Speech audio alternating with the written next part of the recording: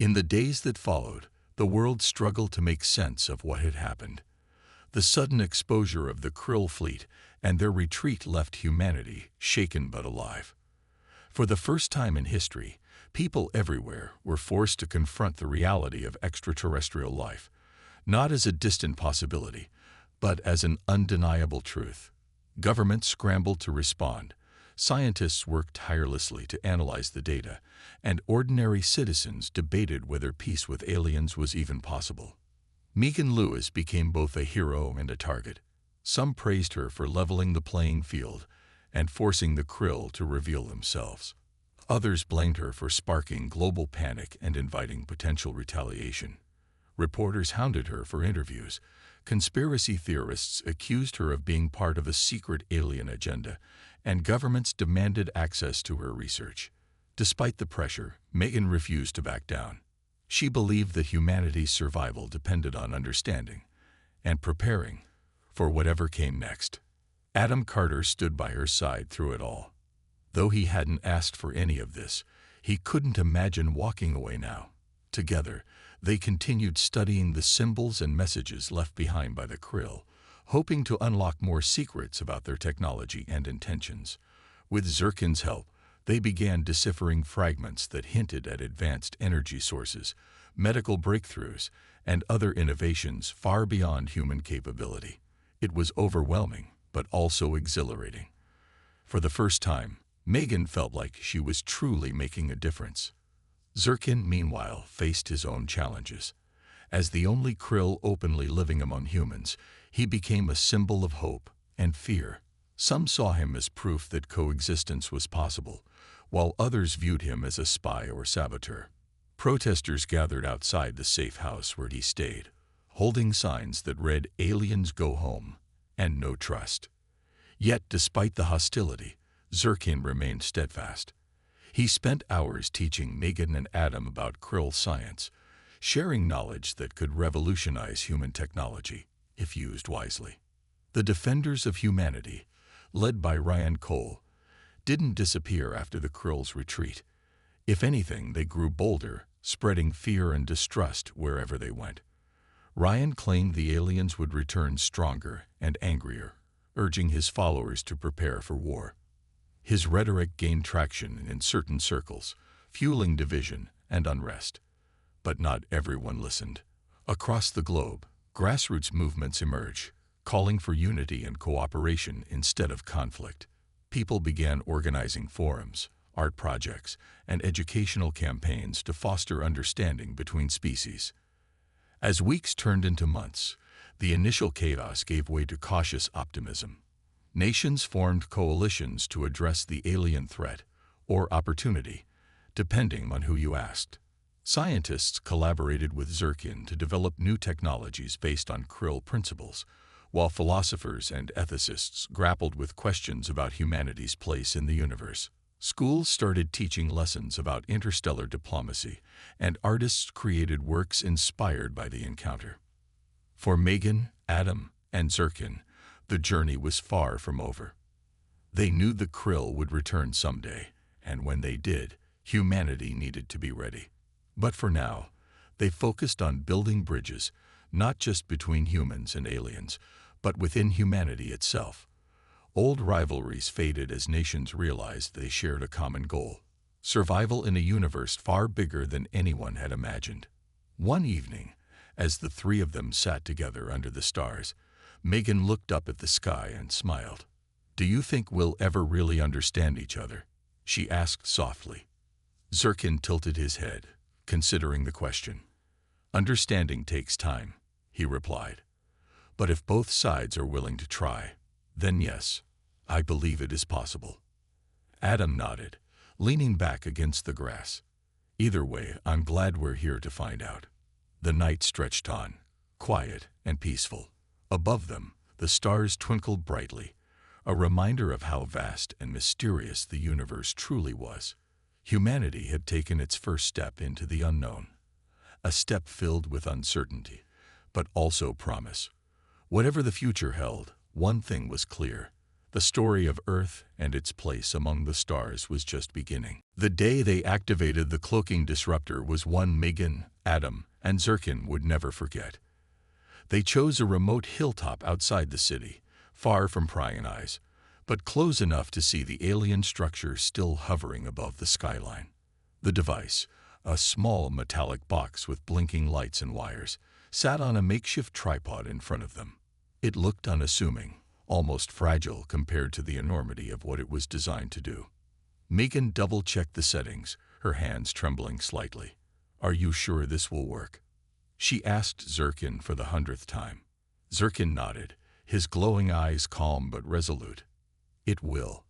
But once we activate it, there is no turning back." Adam glanced at the horizon, where dark clouds were gathering. What if the Krill retaliate? What if they attack us? They might, Zirkin admitted. But exposing their ships will force them to negotiate or leave. Either way, humanity will no longer be at their mercy. Megan took a deep breath, trying to steady her nerves. She knew the risks, but she also knew they couldn't keep hiding from the truth. If they wanted a chance at peace or survival, they had to take this step. With a final glance at her companions, Megan pressed the activation button. For a moment, nothing happened. Then a low hum filled the air, growing louder and more intense. The ground beneath their feet vibrated as the device emitted a pulse of energy that spread outward like ripples in water. One by one, invisible shapes appeared in the sky, dozens of sleek, alien ships that had been hidden until now. Some hovered silently, while others darted erratically, their cloaking fields stripped away. Panic erupted among the Krill aboard the ships. Flashes of light signaled frantic attempts to restore their invisibility, but the disruptor's effects were too strong. On the ground, chaos broke out as people realized what was happening. News helicopters scrambled to capture footage, and within minutes, live broadcasts showed the exposed fleet hovering over cities, oceans, and deserts. Social media exploded with reactions ranging from awe to terror. Governments issued urgent warnings, urging citizens to stay indoors, while militaries scrambled jets to confront the suddenly visible invaders. Ryan Cole and his followers seized the moment to escalate their campaign. Armed with crude weapons and homemade gadgets, they launched an assault on several alien ships, shouting slogans about defending humanity. Their attacks did little damage, but they sparked widespread violence as other groups joined the fray. Fires raged in the streets, and the sound of explosions echoed across the landscape. Amid the chaos, Megan, Adam, and Zirkin watched from their hilltop vantage point. Megan felt a mix of emotions: relief that the Krill could no longer hide, guilt over the destruction unfolding below, and fear of what might come next. "We've done it," she whispered, her voice barely audible over the noise. "Now what?" Before anyone could answer, a massive Krill ship descended toward them, its surface shimmering faintly even without its cloak. A beam of light shot out, scanning the area before locking onto their position. Megan instinctively shielded the disruptor with her body, while Adam grabbed a rock, ready to defend them if necessary. To their surprise, the ship didn't attack. Instead, a holographic image appeared in the air, a towering figure resembling Zirkin, but larger and more imposing. Its voice boomed in their minds. "You have disrupted our mission," it declared. "This act cannot go unanswered." Zirkin stepped forward, his posture defiant. "They acted out of self-preservation," he said. "If your people wish to blame anyone, blame me." The hologram paused, as if considering his words. Then, with a tone that carried both anger and resignation, it spoke again. "Very well. We shall withdraw for now. But know this: humanity has crossed a line. You will face consequences." With that, the ships began to retreat, disappearing into the clouds. Within minutes, the skies were empty, leaving behind a world forever changed. Fires still burned, and people cried out in confusion. But the immediate threat was gone. Megan sank to her knees, overwhelmed by exhaustion and relief. Adam put a hand on her shoulder, offering silent support. Zirkin stood quietly, watching the horizon. None of them knew what the future held, but one thing was certain. Humanity had taken its first step into a new chapter, one defined not just by wonder, but by courage. As the protests and riots grew worse, Megan and Adam knew they couldn't keep working in isolation. They needed help, someone who could guide them through the chaos and offer a fresh perspective. That's when Zirkin appeared. It happened late one night at the cabin. Megan and Adam were reviewing the latest alien symbols when they heard a faint hum outside. At first, they thought it was another storm rolling in. But then the sound grew louder, almost like an engine powering up. Peering through the window, they saw a small, sleek craft descending into the clearing near the cabin. Its surface shimmered faintly, partially cloaked but unmistakably alien. Megan froze, her heart pounding. "What do we do?" Adam whispered, gripping a flashlight like a weapon. Before they could decide, the craft opened, revealing a figure stepping out. It wasn't human. The being stood taller than either of them, with smooth gray skin and large almond-shaped eyes that glowed softly. Despite its strange appearance, there was something calming about it, as if it carried no malice. "Don't be afraid," the creature said, its voice resonating in their minds rather than their ears. "I am Zirkin." Megan blinked, unsure if she was dreaming. You can talk." "I communicate through thought," Zirkin replied calmly. "Your species is not yet advanced enough for direct speech." Adam lowered the flashlight, his fear slowly giving way to curiosity. "Why are you here?" Zirkin hesitated before answering. "My people did not intend to reveal ourselves so soon. Your actions." He gestured toward Megan. "Have disrupted our plans. But I believe this may be an opportunity for both our species." Megan stepped forward cautiously. "Opportunity? What kind of opportunity?"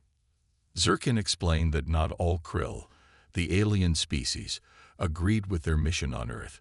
While some viewed humanity as primitive and unworthy of contact, others, like Zirkin, saw potential. He had secretly defied orders to meet with them, hoping to bridge the gap between their worlds. "I want to help you," Zirkin continued, "but I also seek refuge. If my people discover I am here, they will see me as a traitor." Megan and Adam exchanged glances. This was far more than they had bargained for. Yet, something about Zirkin felt sincere. He didn't act like an invader or a conqueror. He seemed genuinely interested in understanding humans. "What can you do to help us?" Megan asked finally. Zirkin reached into a pouch on his belt and pulled out a small device, similar to Megan's experimental gadget, but far more advanced. "This is a cloaking disruptor," he explained. "With your knowledge of electromagnetic fields and my technology, we can create a tool capable of disabling cloaking systems globally. It would level the playing field, ensuring my people cannot hide from you or harm you without consequence." Adam frowned. "Wait, are you saying we should fight back?" "No," Zirkin replied firmly. "I am saying you deserve equality. My people have long used cloaking as a weapon of dominance. By removing that advantage, you force them to engage honestly, or leave entirely." The weight of Zirkin's words sank in. Megan realized this wasn't just about protecting Earth. It was about standing up to a species that had always held the upper hand. Still, she hesitated. "If we do this, what happens next?" "That depends on you," Zirkin said softly. "Will you choose fear, or will you choose trust?" After a long silence, Megan nodded. "We'll try. But if this goes wrong—" "It won't," Zirkin interrupted. "Not if we work together."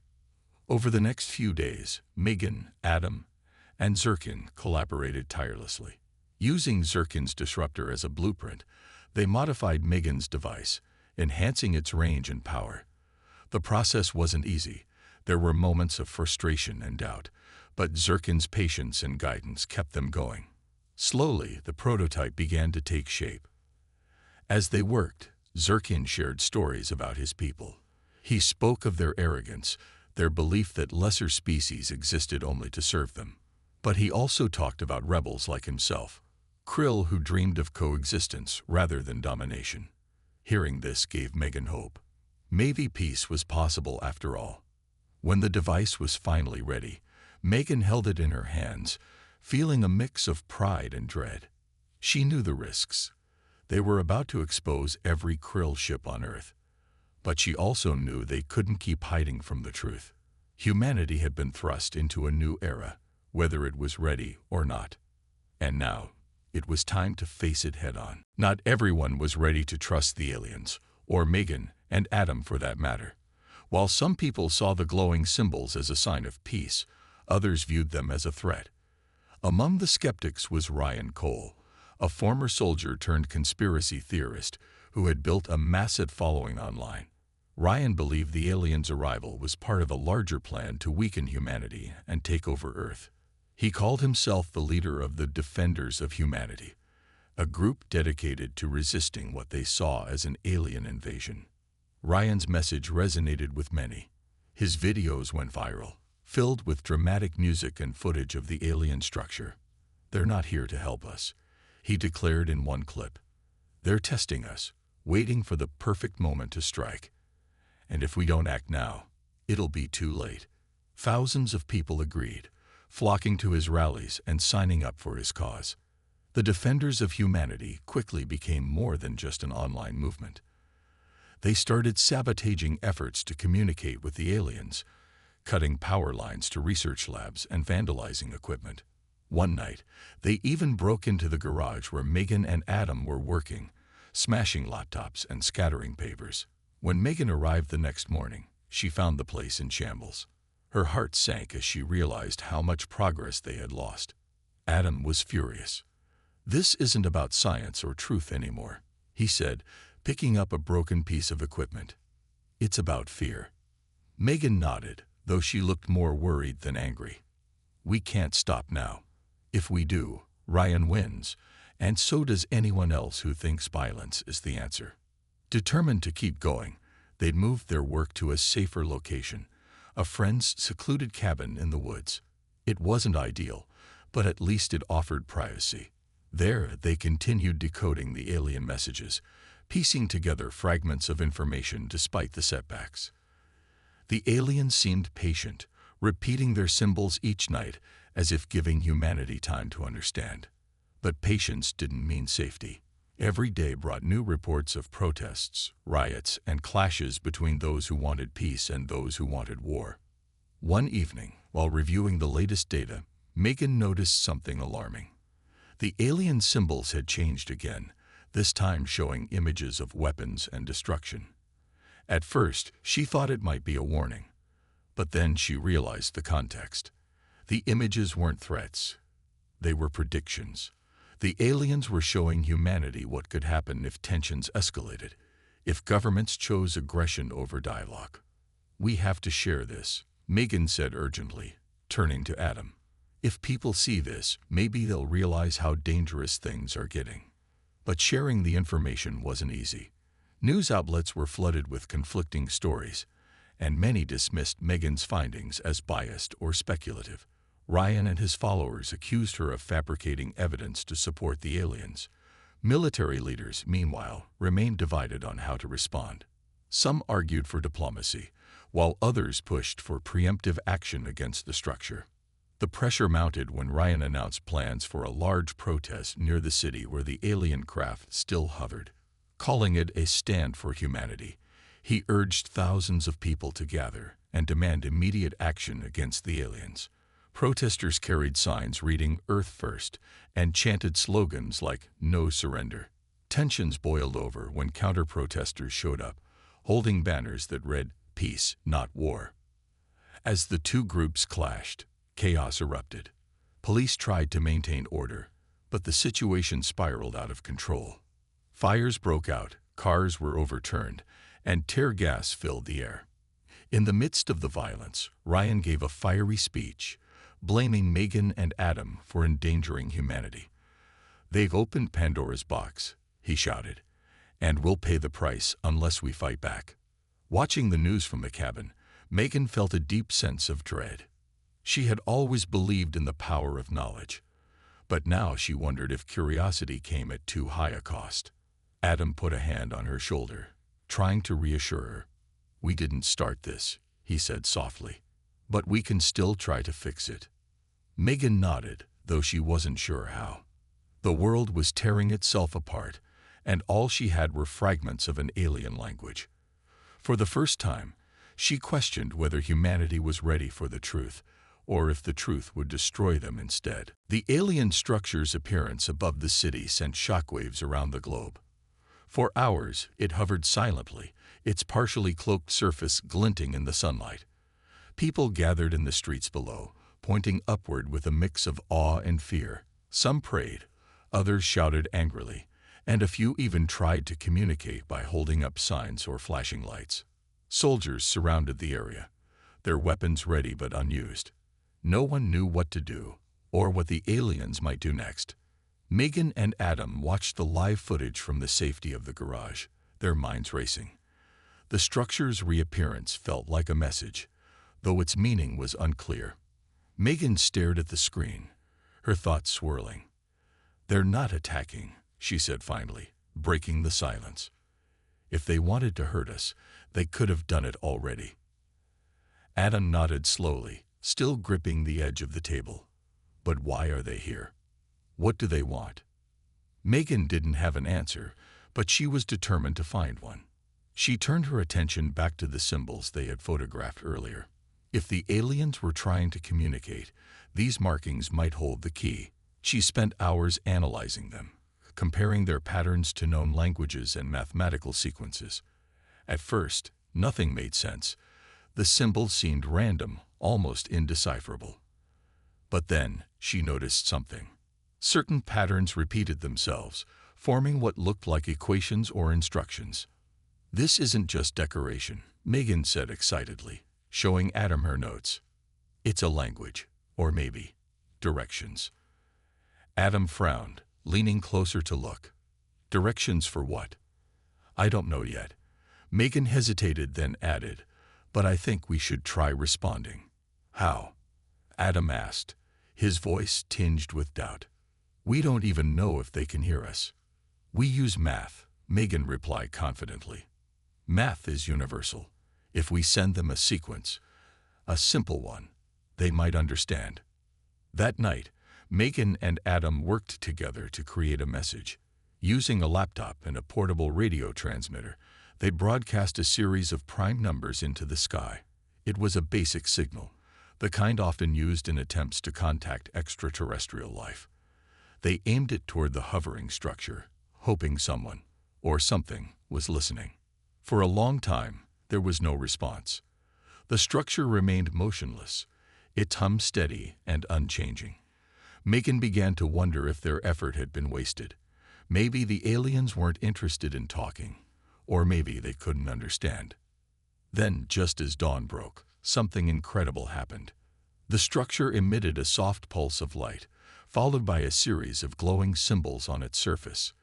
They changed rapidly, forming new patterns that matched the rhythm of Megan's broadcast. It wasn't random. It was deliberate. The aliens were responding. Megan's hands trembled as she recorded the sequence. "They understood," she whispered, her voice filled with awe. "They're communicating." Adam stared at the screen, his earlier fears giving way to excitement. "What does it mean?" "It's hard to say," Megan admitted, "but it looks like they're trying to show us something, maybe explaining who they are or why they're here." As the day went on, the symbols grew more complex, shifting into images that resembled Earth's continents, human figures, and even scenes of cooperation between humans and aliens. To Megan, it felt like an olive branch, a gesture of peace, but not everyone interpreted it that way. News outlets picked up on the exchange, broadcasting the symbols worldwide. While some saw hope in the aliens' response, others viewed it as a trick. Conspiracy theorists claimed the images were designed to lull humanity into a false sense of security before an attack. Military leaders debated whether to escalate or stand down, unsure how to proceed. Amid the growing divide, Megan and Adam found themselves caught in the middle. Governments wanted their help decoding the messages, while protesters accused them of siding with the aliens. Despite the pressure, Megan refused to stop working. She believed this was humanity's chance to prove it could handle contact with another species, not with fear, but with curiosity and understanding. By the end of the day, Megan had pieced together part of the message. The aliens weren't asking for resources or land. They were offering knowledge. Their presence was meant to be an opportunity, not a threat. But would humanity accept it? As Megan shared her findings with Adam, she couldn't shake the feeling that the real challenge was only beginning. The news of the alien structure spread faster than Megan or Adam could have imagined. Within hours, their video was everywhere, on social media, news channels, and even late-night talk shows. People around the world reacted in different ways. Some celebrated the discovery as proof that humanity wasn't alone in the universe. Others panicked, fearing an invasion or some kind of attack. Conspiracy theories multiplied overnight, with some claiming the video was fake and others insisting the government had known about aliens all along. For Megan, the attention was overwhelming. Reporters camped outside her apartment, shouting questions through her windows. Scientists begged her to share her data, while angry callers accused her of endangering the planet. Her phone buzzed constantly, each notification bringing a new wave of stress. Adam wasn't spared either. His face was plastered across the internet alongside Megan's, and strangers began showing up at his house, asking for interviews or autographs.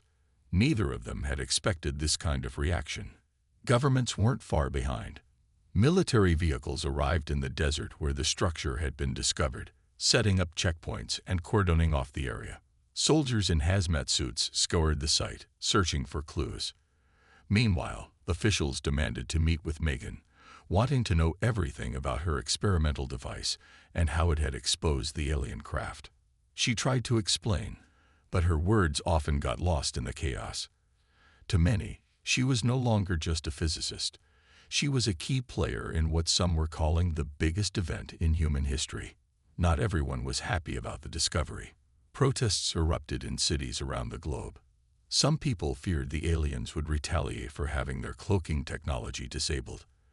Others worried that contact with extraterrestrials would disrupt life on Earth, leading to economic collapse or war. Signs reading "Keep Earth Human" and "No Aliens Allowed" appeared at rallies, while online forums buzzed with anger and fear.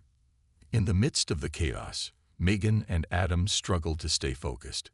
They continued analyzing the footage and symbols from the structure, hoping to find answers before anyone else did. But working together became harder as their lives spiraled out of control. Megan's lab was swarmed by curious onlookers, forcing her to move her equipment to a friend's garage. Adam, meanwhile, found himself unable to return to work at the hardware store. His boss had received too many complaints from customers who thought he was lying about the aliens. One evening, as they sat in the dimly lit garage surrounded by scattered papers and laptops, Adam broke the silence.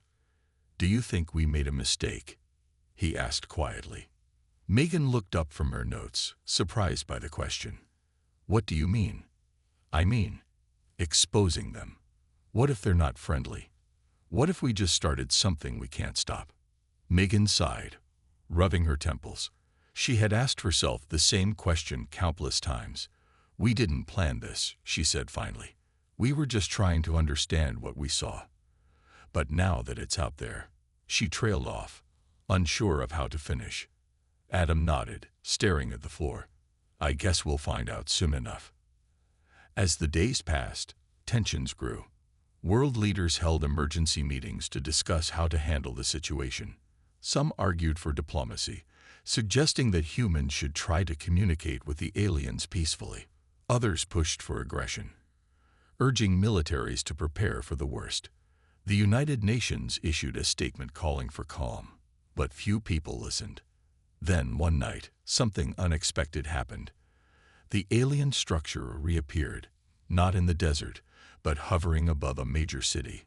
Its surface shimmered faintly, still partially cloaked, as it emitted a low hum that could be heard for miles.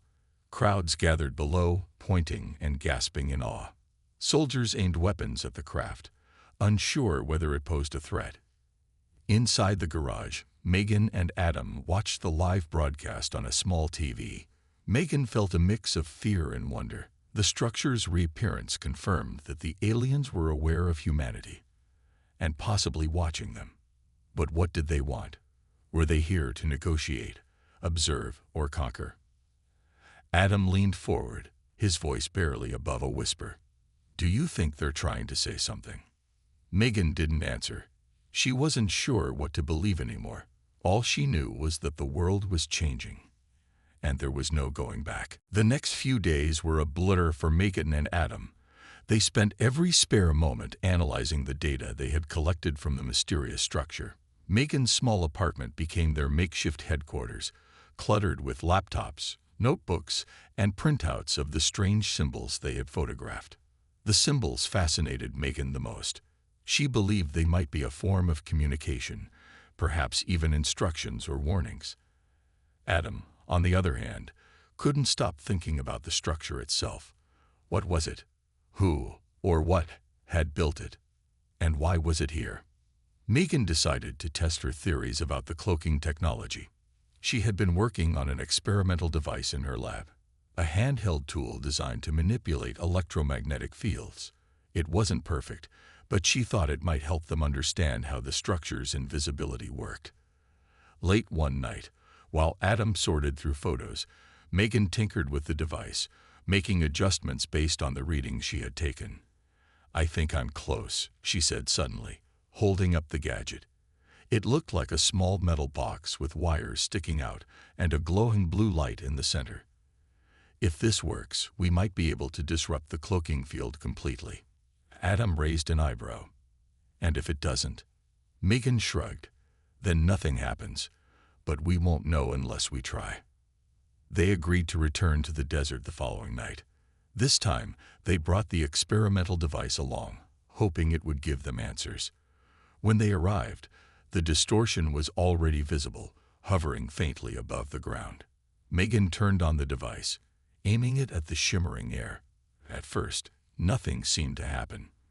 Then, with a sudden flash of light, the entire structure became fully visible. Adam's jaw dropped. The object was enormous, far bigger than either of them had imagined. Its surface gleamed like polished silver, smooth and seamless except for the pulsing symbols etched into its sides. It didn't look like any human-made machine. Megan stared in awe, her mind struggling to process what she was seeing. She had theorized about cloaking technology for years, but actually witnessing it, and disabling it, was something else entirely.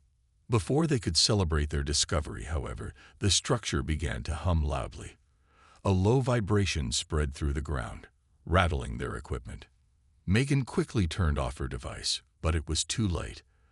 The structure's lights flickered erratically, and a section of its surface slid open, revealing a dark interior. Both Megan and Adam froze, unsure of what to do next. Suddenly, a beam of light shot out from the opening, scanning the area around them. It moved slowly, methodically, until it stopped directly over Megan. She felt her heart pounding as the light lingered on her. Was it examining her, communicating, or was it preparing to attack? "Maybe we should go," Adam whispered, his voice shaky. "This feels dangerous." Megan nodded reluctantly. They grabbed their gear and hurried back to their cars, glancing over their shoulders as they went. The structure remained still, its lights dimming as the opening closed. Whatever it was, it had noticed them, and now it knew they could see it. Back at Megan's apartment, they reviewed the footage they had captured. The video clearly showed the structure becoming visible and reacting to Megan's device. Adam uploaded a short clip online, hoping to get feedback from others who might understand what they had found. Within hours, the video went viral. People around the world watched in disbelief as the alien craft appeared on screen. Comments poured in, ranging from excitement to fear. Governments took notice too.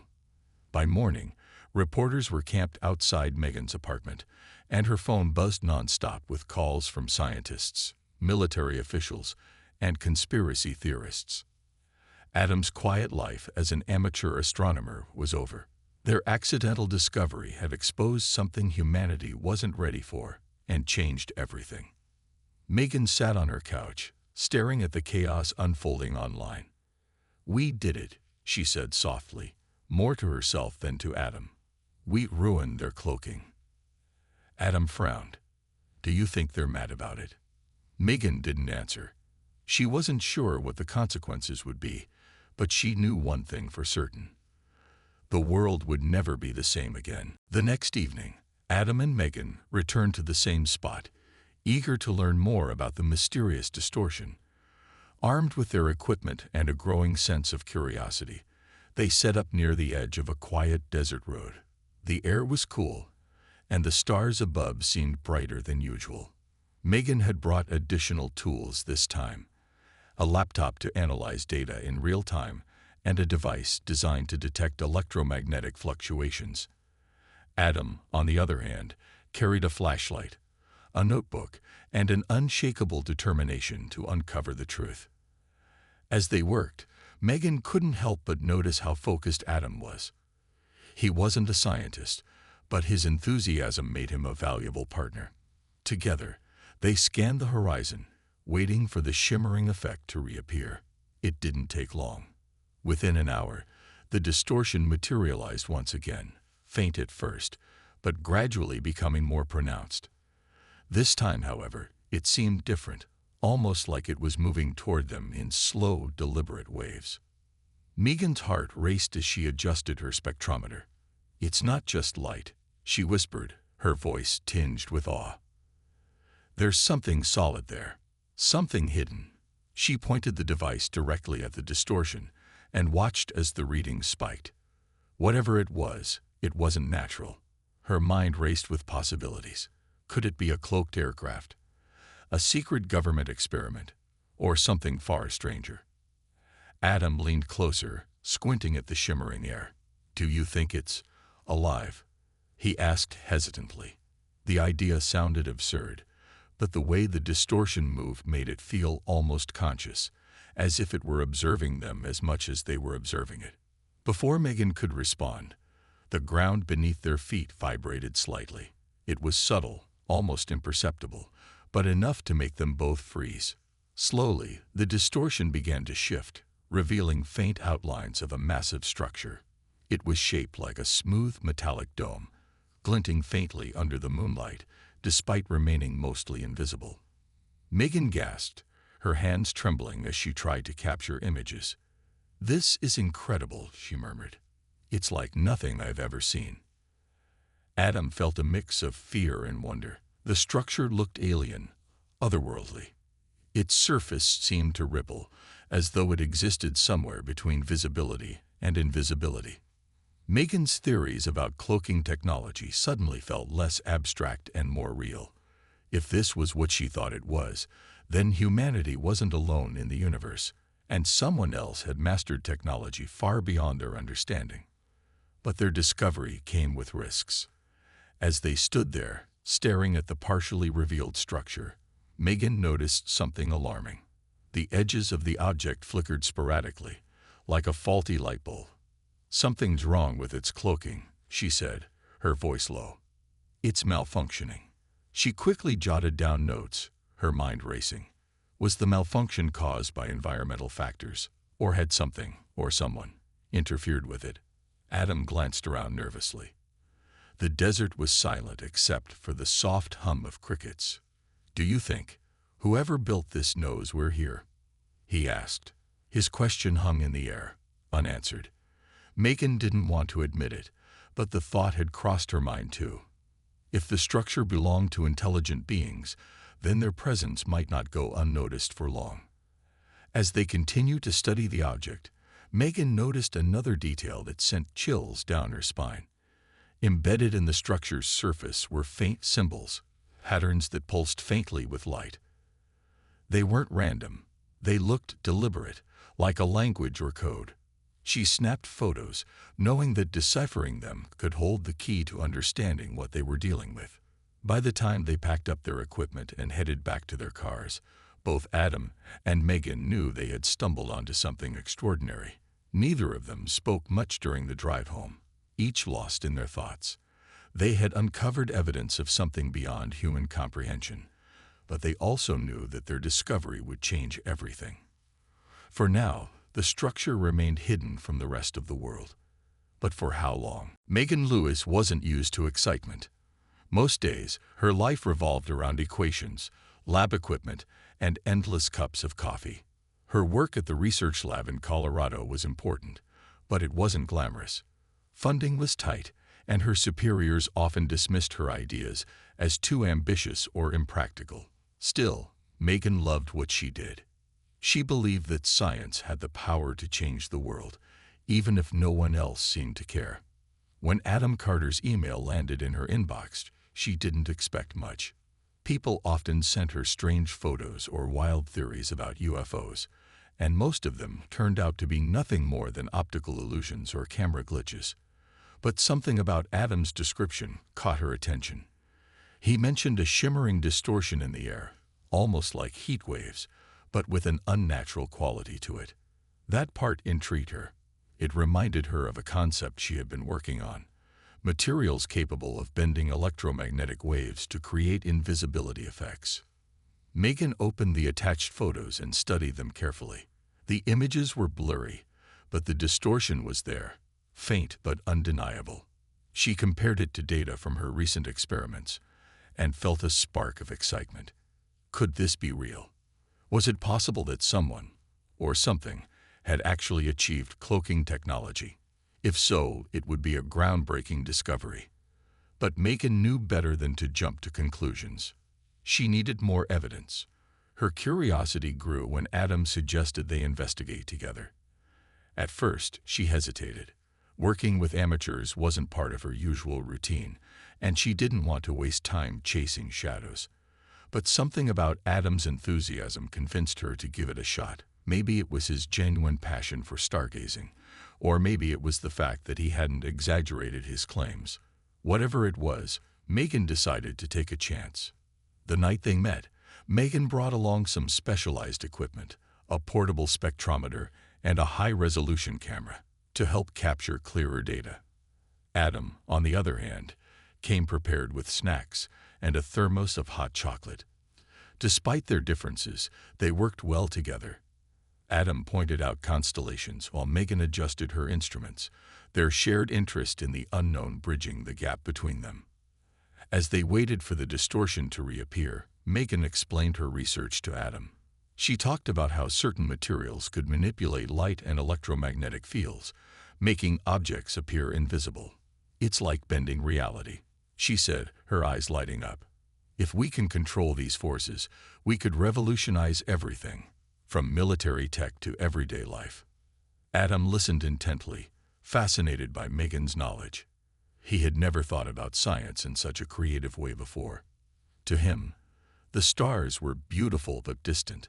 Megan made them feel closer, like secrets waiting to be uncovered. Then, just as Megan finished explaining her theory, the distortion appeared again. This time, it was stronger and closer, almost as if it were watching them. Megan quickly set up her equipment, her hands steady despite the adrenaline coursing through her veins. She took readings, snapped photos, and recorded videos, her mind racing with possibilities. Could this be proof of extraterrestrial technology? Or was it something else entirely? As the night wore on, Megan and Adam exchanged ideas, each suggestion sparking new questions. They agreed to meet again the next evening to continue their investigation. Neither of them realized how far-reaching their discovery might be. For now, they were just two curious people trying to make sense of the unknown. But deep down, Megan couldn't shake the feeling that they were on the verge of something extraordinary. Adam Carter loved the night sky.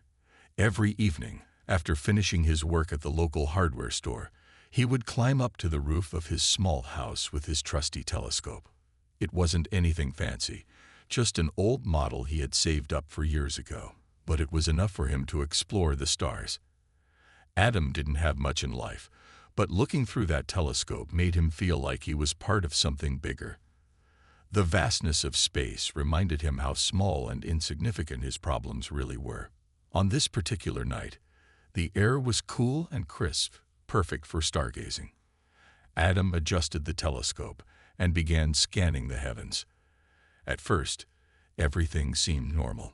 He spotted a few familiar constellations, watched a satellite glide silently across the sky, and even caught sight of what looked like a meteor shower.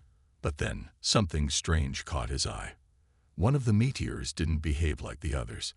Instead of streaking quickly across the sky and disappearing, it lingered, almost as if it were hovering. Curious, Adam focused the telescope on the object. What he saw puzzled him. There was no clear shape or form, just a shimmering distortion, like heat waves rising off hot pavement.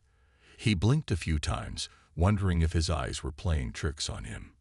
Maybe it was just a trick of the light, or perhaps his telescope needed cleaning. But deep down, Adam felt uneasy. Something about the way the distortion moved felt unnatural, almost deliberate. He grabbed his phone and snapped a few pictures. The images weren't great. The distortion barely showed up, but they were enough to prove that he hadn't imagined it. Adam decided to reach out to someone who might understand what he had seen. He remembered reading about Megan Lewis, a physicist who worked at a nearby research lab. She specialized in weird science stuff, things like bending light and electromagnetic fields. If anyone could explain what he'd witnessed, it was her. The next day, Adam sent Megan an email with the photos attached. He kept his message short and simple, explaining what he had seen and asking if she thought it might be worth investigating. To his surprise, Megan replied within hours. She thanked him for reaching out and admitted that the distortion matched patterns she had been studying in her lab. Though she couldn't say for sure what it was, she agreed that it was unusual enough to warrant further exploration. Excited by the possibility of discovering something extraordinary, Adam arranged to meet Megan in person. They decided to visit the spot where he had seen the anomaly, hoping to gather more evidence. That night, armed with cameras, notebooks, and a sense of adventure, they returned to the rooftop. As they set up their equipment, Adam noticed Megan's calm confidence. She spoke softly but with authority, explaining her theories about how certain materials could bend light in ways that made objects appear invisible. Hours passed without any sign of the mysterious distortion. Just as Adam started to think it had all been a fluke, Megan pointed toward the horizon. "There," she whispered. Sure enough, the same shimmering effect reappeared, faint but unmistakable. This time, it seemed closer, almost as if it were moving toward them. Adam's heart raced. Whatever it wasn't natural. And as they stood there, watching the impossible unfold before their eyes, neither of them realized just how much their lives were about to change.